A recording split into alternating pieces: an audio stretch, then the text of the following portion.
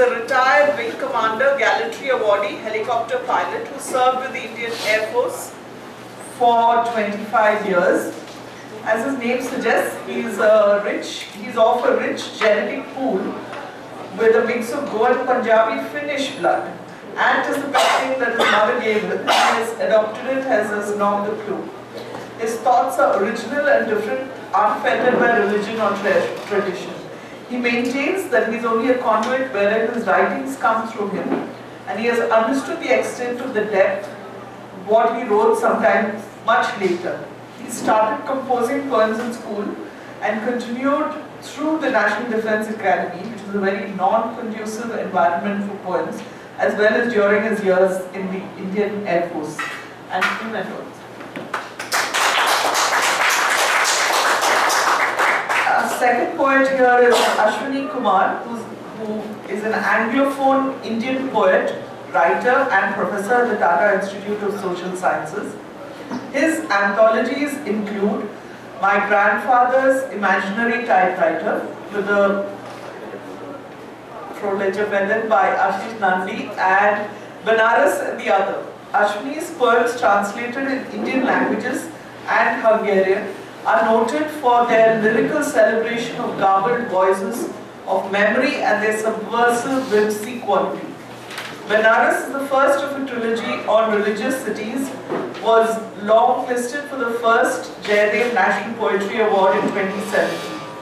Selected cantos of the Hungarian translation of Benares were performed by the Hungarian band Kalaka at the Times Litfest 2017.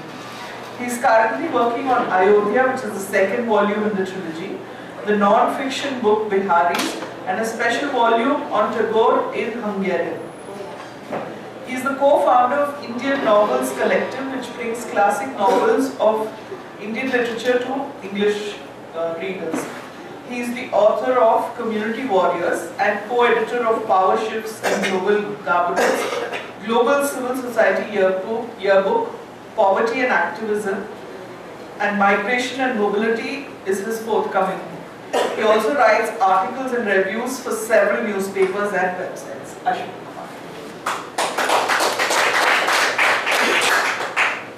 Manohar Shetty is a Goa-based poet and widely considered one of the most prominent among those writing in English. His new collection of poems, Full Disclosure, New and Collected Poems, was published by Speaking Tiger last year. In addition to several poetry volumes such as Morning Light, Personal Effects, Living Room Poems, and Creatures Great and Small, Shetty has edited Ferry Crossing, Short Stories from Goa, and Goa Travels, being the accounts of travelers from the 16th to the 21st century. His poems have been translated into Finnish, German, Italian, Marathi, and Slovenian. He has been a Bhumi Baba Fellow and Senior Sahitya Academy Fellow.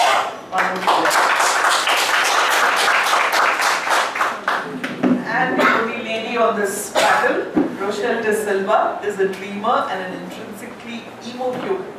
Her poems give voice to feelings of displacement, identity, love, and loss. She runs a poetry collective in Bombay called Words Tell Stories and curates storytelling experiences and workshops. She has 2 poetry albums and a book of poetry to her name. She endorses hugs and hopes to disappear into the mountains someday. Follow her work at rochelledsilva.in. Good evening. Thank you for having me here.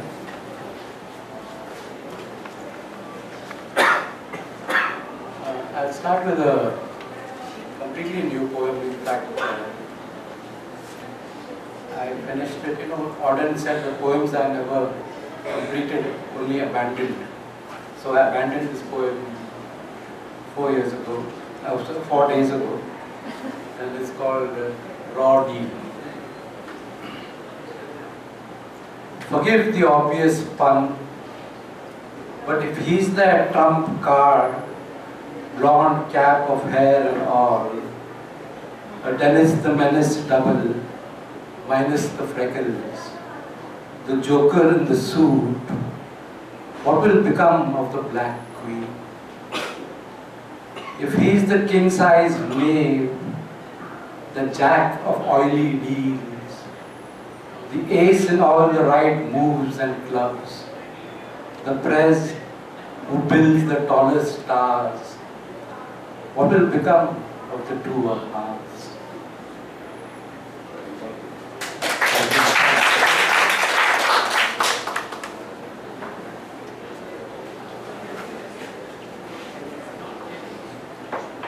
It took me a long time for Goa to get under my skin to enable me to write poetry that related directly to Goa.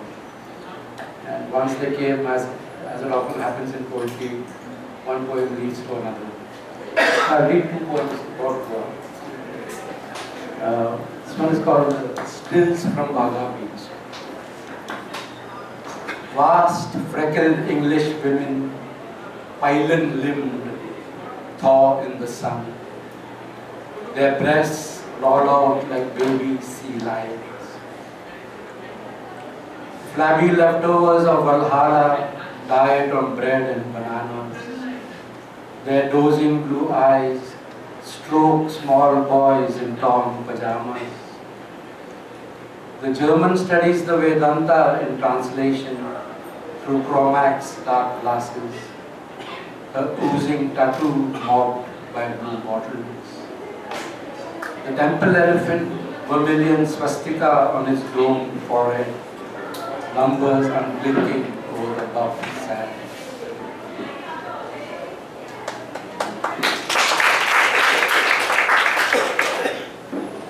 This one is called the Taverna.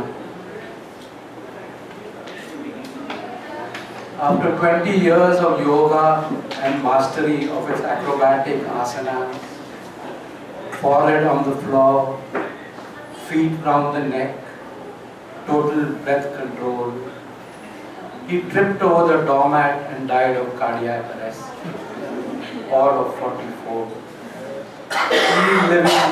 Clean living, as he put it once, is the path to nirvana. At the Good Luck Taverna, Eddie, 74, paused 3/4 of Caju Fenny, topped by a shot of Gotor's brandy. Down the hatch below a picture of Mother Mary, between sunset till the bar shuts at 12. He goes home on his moped without troubling the potholes or the pigs, and sleeps the sleep of the just. This is ritual the past 40 years, though every Christmas doc warns him it's his last. I asked him once over a peg, boiled eggs, and a saucer of peanuts, the secret of his long life and sound health. He blinked behind his soda water bottle lenses and said, "Drink, siesta, and God bless. What for you is poison is for me tonic and medicine."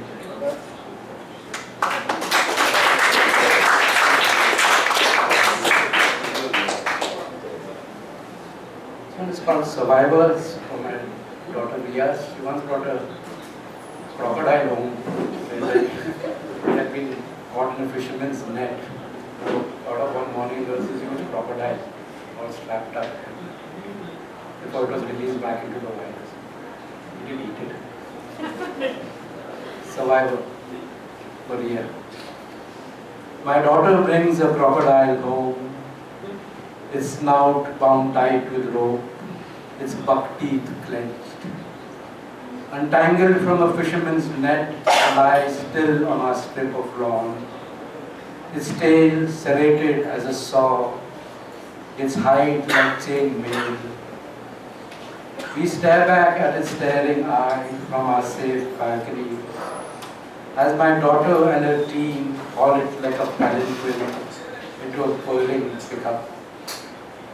Accustomed only to lost kittens and pups, we watch in suburban awe as they set off in a swirl of dust for that remote river green with slime, but home to their captive and its kind. Their ridged heads floating like islands, or sunning themselves on the banks where birds peck clean their yawning cavities, busy as dentists. where they're out of reach from the stench of the tannery and those spotlit arcades of shoes, belts, wallets, and other accessories.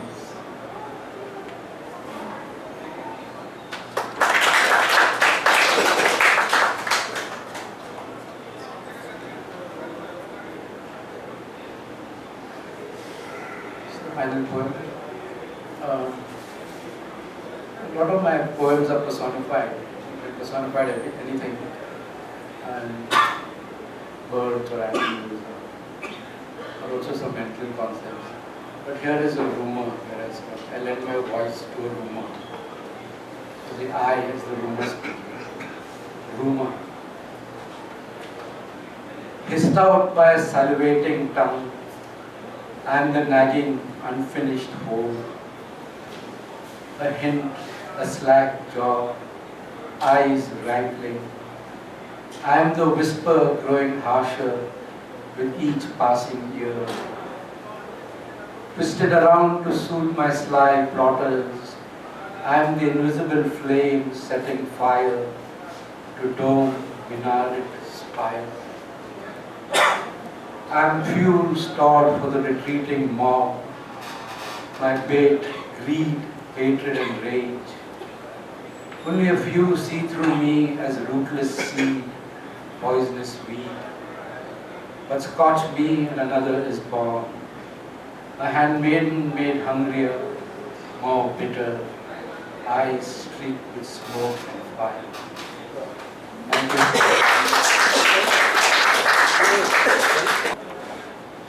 I'll do maybe one from the book, maybe a spoken word poem that's been requested, and something from the album as well. This one's called A Body of Water. There is no better lullaby than the sound of the waves singing to the shore.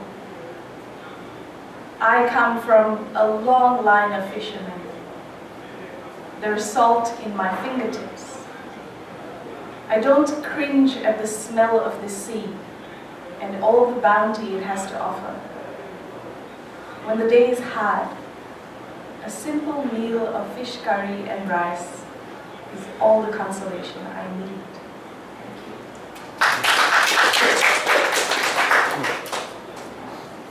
So, I feel eternally displaced. This is my most comfortable state of being. It's not something I want to get rid of, but it's something I've come to acknowledge and appreciate as well. Earlier this year, I had the privilege of being in Hampi for a writer's conclave, and all of us came together and wrote some poems that were inspired, not just poems, short stories as well, plays, and it's coming out in an anthology next week at Times Lit Fest. I'll read you one of my Hampi poems. How many of you have been to Hampi? Yeah? Cool.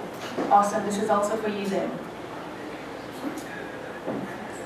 I struggle to define you, to quantify you.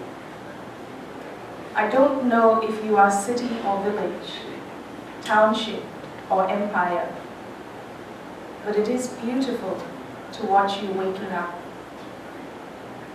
The sun is just about to rise, and we are on another adventure. I tilt my neck so my head is parallel to the window, catch a glimpse of a football ground buzzing with action. I watch people cycling to work, their orange vests flapping as we drive by. And I crane my neck to see young men gathered in their blue jeans jackets, huddled together for morning coffee or tea or perhaps a smoke. How are you not sleepy at 6 a.m.? This is not the slow unfurling I had imagined. This waking up to alertness, to all this activity. The landscape is fickle. It changes from lush green to pinks and blues, finally exposing at least 5 different shades of brown. And before we know it, we are in Hampi. There is something magical about being this close to history, to not having the indifference of reading about it in a textbook. How do you live among ruins? I want to ask the locals when they peer at me inquisitively. How do you make place for a history that overshadows who you are now? Or is it comfortable? I come from a city of ruins, a city that is never finished, a city that is known for surviving the past and building, building, building. My contributions to the world so minuscule they will not matter. But I walk your hallowed halls rich with purpose and tradition, and I can't help but marvel at dynasties gone by. My imagination can only offer so much insight. The guide is talking, but I am interested in the finer details. I want portraits of these men and women, kings and queens, servants and soldiers. I want to know the colors they wore, what made them smile. I'm already overwhelmed to be walking in their footsteps. There is already a privilege not to be taken for granted. We walk to another monolith, gravel crunching under our feet, eyes squinting from the hard sun. I forget names quickly and stop making an attempt. Only one name echoes like a refrain. Hampi. Lost kingdom, found, destroyed, found again. I get back on the bus and carry you home with me.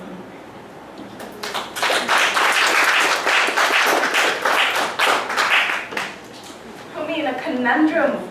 As soon as I got in, she's like, do that poem, do the one you did last time. Can I do the one I did last time? Will you still let me? Yes. Yeah, sure. All right.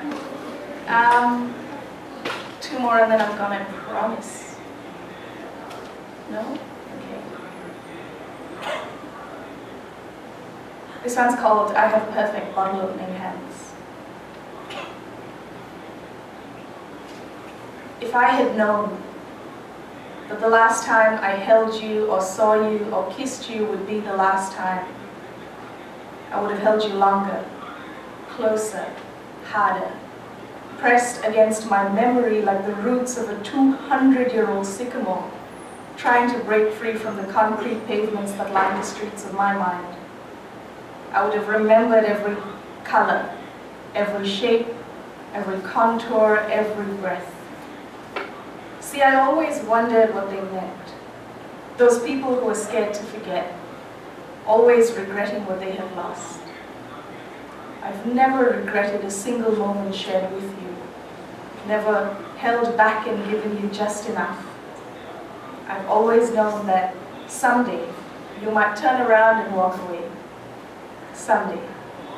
Not a faraway thought, but this real, constant, everyday feeling. One must always be prepared, because anything can happen to anyone, and because something was kind enough to happen to us. And greed is but the cause of all evil, so I don't want all of you forever. I want everything that you will willingly give me until someday you won't. From the first moment I stole your breath using your exhales to fuel mine, I remember the way your skin felt against the jagged edge of my elbow, the way my toes seek you out amidst blankets, the way I'm spent in your presence, the way you make me glow, like some extraterrestrial life form with a secret that mere mortals cannot comprehend. The way you make me want to sit back and observe instead of participate until you decide, and to crawl inside each other's heads again and wear each other's skin and just sit still, barely touching, and call it comfortable, or even just fucking awesome. I remember stealing your thoughts without your consent, barely imperceptible twitches that give you away, the not-so-subtle fluctuations of my cornea and my brow and my very stupid expressive face that gives me away, but watching you cringe now. Because we do not have control over everything, and as much control as I have given you, I don't give you control over this. I don't let you decide what you can or cannot do to me and how much and for how long, because I am perfectly capable of carrying you.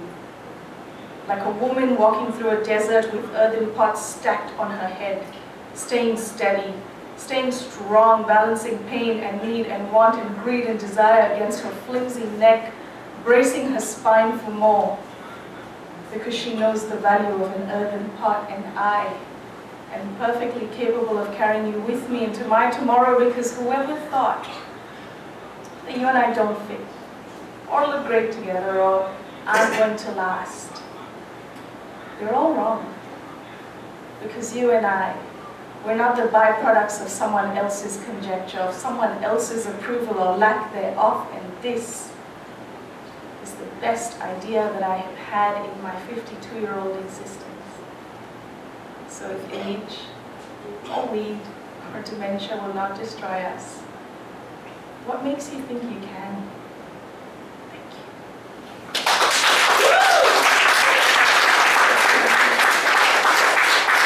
I just first want to thank Vivek Menezes, Galileo Fernandez and the GALF team, Rahul Chandarwarkar and my friends who are honored people coming here. This is a poem on my writing poems. Very strange topic, but yeah. When I try to carve, to find, to captivate, gossamer tendrils of feelings in emotions spate, painful twists and turns of fate, tender love and harsher hate, all gathered together at my heart's gate, ready to leap from mind to pen to paper, and from there into another soul, and so live on forever free, a part of me, my dewdrop in eternity.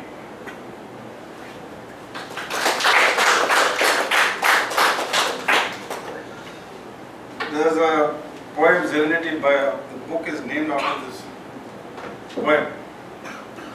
I was looking on for the concept of zero and I couldn't find it.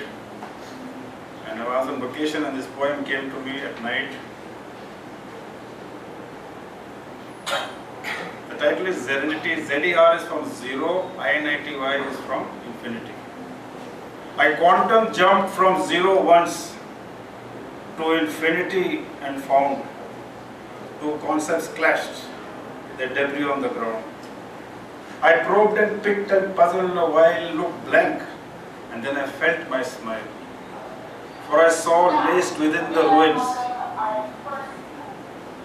Let's just say it again. For I saw, I'll spit, not my fault. What was I? Debris. The debris on the ground. Debris. Yeah. Begin again. Sorry. I quantum jumped from zero once to infinity and found two concepts clashed, the debris on the ground. I probed and picked and puzzled a while, looked blank, and then I felt my smile. For I saw laced within the ruins a love, for love of knowledge drove me beyond. A catapult into the cadence. Now I fly, I know not why or how or when, nor bother still. Sans zero, sans infinity. A throbbing silence of I don't know what lingers a while and fades slowly into the noise that was.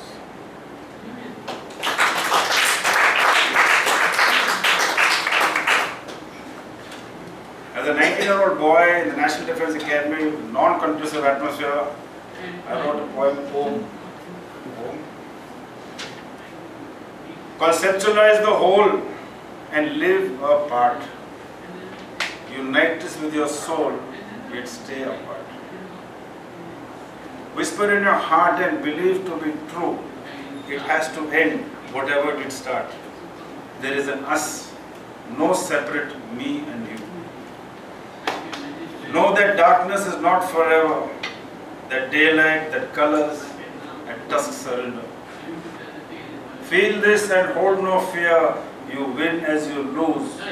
Don't lose what is dear. What is, has been, will be, and is forever. Karma, fate, destiny, whatever.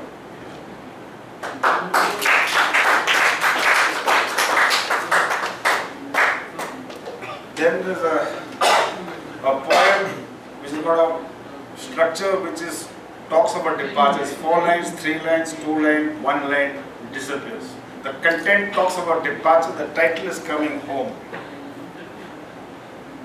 Coming home. In the quiet of my soul, I walk around. No hurry, no worry, nothing to be found. An empty room and yet too full. So I walk away. No room for me, no me. Just love.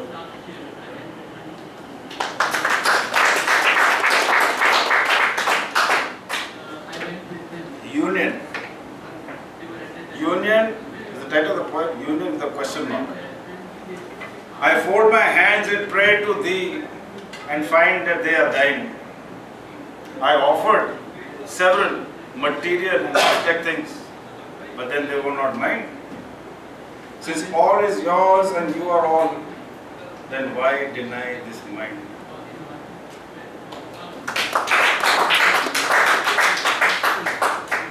And run the gauntlet. Never fulfilled desire. Run the gauntlet. Never fulfilled desire at integrity's cost. Lowering yourself just feeds the fire which is hungry still though all is lost. Try to avoid getting compromised. Do your best and then some. Few dreamt rewards get realized. It's better that none come. Always do what you think is right. Speak what you feel or not at all. And comes the time when you have to fight. You will find you will not fall. It's difficult it is to follow this. Difficult, yes, but impossible, never. A journey of 1,000 miles begins with but one single step. Begin thou then this Herculean endeavor. Thank you. First, I would like to thank Damodar Bhai for having me here, and more importantly, Damodar Bhai, I'm so happy that you allowed me to bring Banaras to Goa. I'm very happy about that. You know, this is my work which is unfolding, and thank you, Mustansir, my fellow poet, compatriot, always been there to support my poems. And especially, Mustansir has already been part of my launch and unfolding of my poetic career in Mumbai, which is like I'm here for a short period of time in Mumbai, still settling in Bombay. So this poem that I'm going to read is a long poem. I will read only one poem from this collection. It's there outside. And it's called, the lead poem is titled Anatomy of Banarasi. The word Banarasi I have taken not in the usual Hindu sense of Banarasi, but I have taken from Abul Fajl. He called the town Banarasi. So you can see a linguistic place around the terminology, the name of the city. And this is Anatomy of Banarasi as told by Major James Runnell. James Runnell was the first Surveyor General of Bengal. He carried out the most comprehensive geographical survey of much of India. Those who are historian, colonial historian, post-colonial historians are aware, because James Runnell also published the Bengal Atlas, you know, all of us grown with Bengal Atlas. So he's called, James Runnell. And James Runnell is his kind of, it's an eyewitness account of the city that I'm going to present. So repeat against the title, and this is a real, unreal, mythical and hyper-local poem. And I'm trying to pay tribute to the genius of local poets, from various languages. So you can see a Purbi flavor, a Purvaiya flavor, and the Easterly flavor you can see.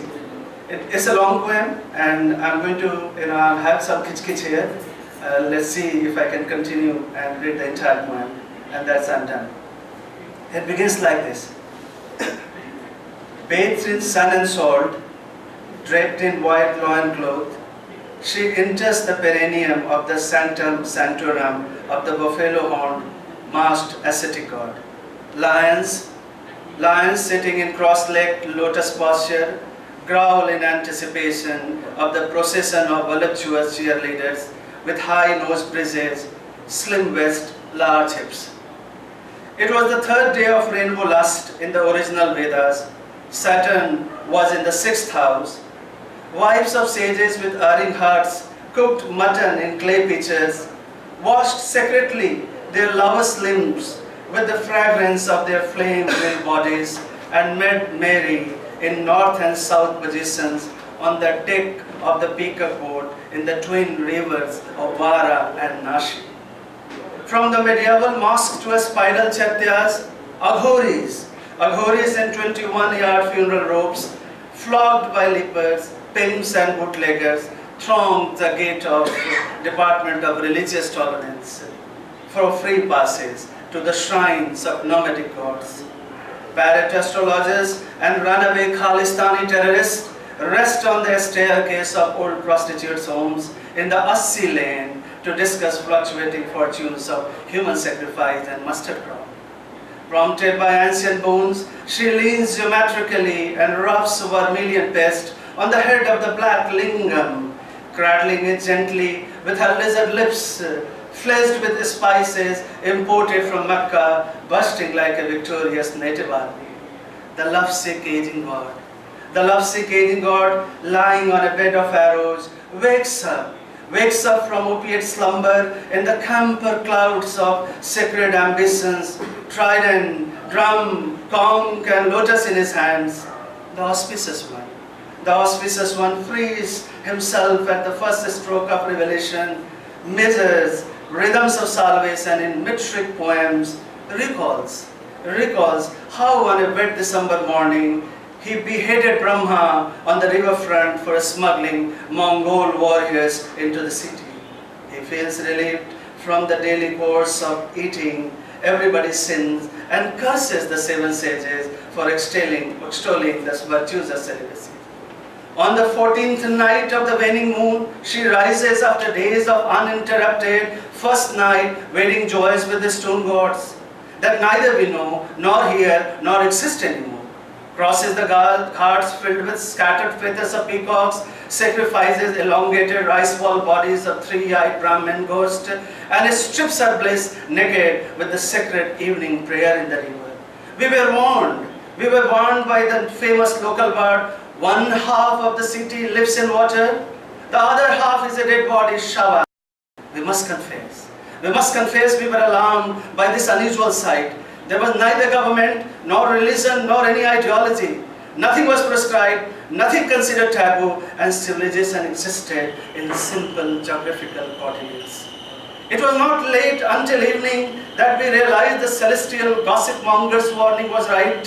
A new republic had dawned on the holy town, with black ink on the index finger, unbaptized Hindus, prime-time anarchists, part-time secularists, and the famous internet Baba had assembled on the banks of the polluted Himalayan river and promised to clean accumulative ancient filth.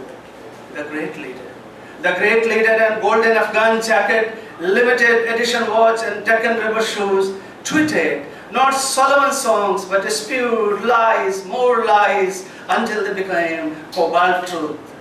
His barbarian followers came with 3D banners on the back of captured seahorses from California Valley, leveled the black pillar and chanted raunchy Bhojpuri songs, Har Har Mahadev, Ghar Ghar Mahadev.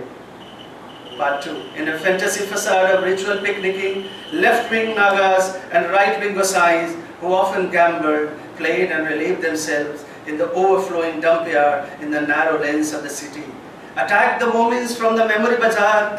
We were told they were jobless migrants, they were carders, spinners, yarn makers, dyers. They were armed with looms, spindles, and 72 extra threads. Rumor said James Prinsep, Tavernier, and Sri Sri 1000 Dandapani were in the crowd when slaughtering of a mother cow and destruction of Emperor's mosque took place. As soon as radio jockeys Tiwari ji and Daddan Miya announced, Mandir Masjid wahi banega, all flamingos and dark-skinned slaves fled the city. Puzzled we saw Brahmins, Sikhs, giant priest looting, pink feathers from designer shops, blood, blood dripping from blood, mostly red, without any past austerities, is spilled in opaque dysentery design all over the mathematical tiles on the promenade of funeral carts. With canvas wings, severed bodies, floated in the air of hatred and blossomed like untimely old Scottish roses. Seeing this, Kabir began to weep. साधु रे साधु मुर्दों का गांव, ये मुर्दों का गांव, पीर मरे पैगंबर मरी हैं, मर गए जिंदा जोगी, राजा मरी हैं, प्रजा मरी हैं, मर गए वैद्य रोगी. Keep in mind, this is a village of the dead. The saints have died, dead are the living mendicants. The ruler is dead, dead are the ruled, dead are the physicians and the patients. Everyone including junkies, smashed their looms in Shiva city and hid themselves in the 99 epithets of Allah. Following orders of District Magistrate Mr. Bird, our convoy fired a male buffoon and dancing boys to disperse the marauding mobs and rampaging bulls. After 3 days of carnage, we had lost 1 officer and 3 soldiers. We buried them in their scarlet uniforms with imperial ambitions. Some of our soldiers wept in silence. Some sobbed aloud. Others tried to flee when they saw a young priest naked to the waist and burn their last chest hair in the sacred fire at Manikarnika and recover hidden earrings from the burned carcasses of the abducted Persian goddesses. Dismayed, we marched to the court of King Harishchandra, tethered in perdition to the Dome Raja. We presented him a copy of Bengal Atlas and demanded reprinting of Al-Baruni's Tariq-e-al-Hind for the benefit of our officers and soldiers. We told him there was no direct road to Calcutta as there was scarcity of labor in India and pickaxes, shovels, spades, saws, gunpowders were used for repairing the Grand Trunk Road to Janatu. With a suppressed laugh and undisguised anger, the oblong fat king screamed, no home for anyone. He ordered abolishing of house taxes for shrines, synagogues, fire temples, mosques. He freed all prisoners serving death sentence for adultery or idolatry. Happy, we bought a portable linga from the PDR mall, returned to our garrison in Chinese tents near the Arc of Meridian to plan trigonometrical survey of the exploits of life and death in the city of Banarasi, and kept listening to Dean Martin. Ma kam beli beli bimba, ma kam beli beli bimba, ma kam beli beli bimba. Don't ever cry. I will tell you why. You can't see the sky with a tear in your eye. Be like the sun. Smile just for fun and sing this happy song, Banarasi, Banarasi. Thank you very much.